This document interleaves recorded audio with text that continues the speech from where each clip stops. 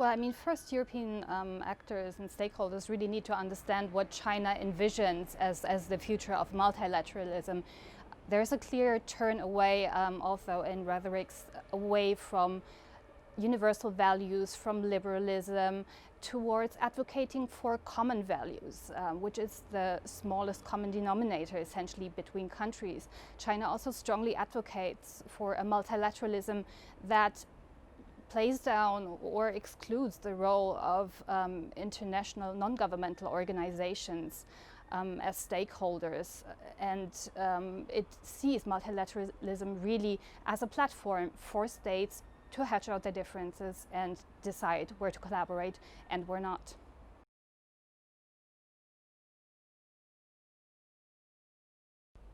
Actually, the situation and China's steps taken in the past year in Hong Kong are a very good example of the fundamental differences and essentially China's disavowal to some regard of its international commitments.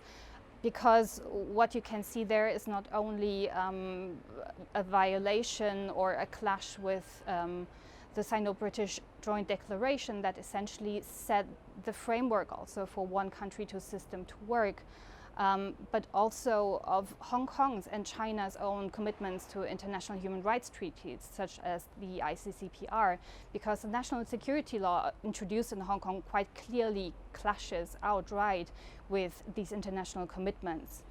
And this is really important for European actors to understand that yes, China does follow rules in the international order and pledges again and again its commitment to a rules-based international order.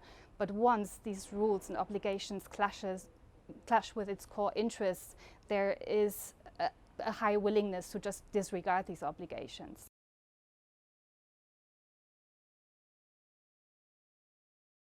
Yes, of course. I mean, there remain many areas where collaboration is still possible and even advisable.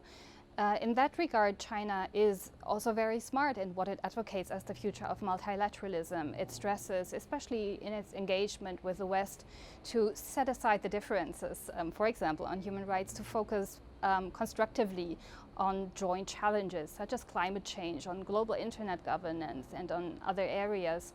Environmental pollution, for example. But at the same time, it's really important to stay strong when it comes to the liberal principles that have underlined the international system so far, because once they are broken, they are almost impossible to re-establish.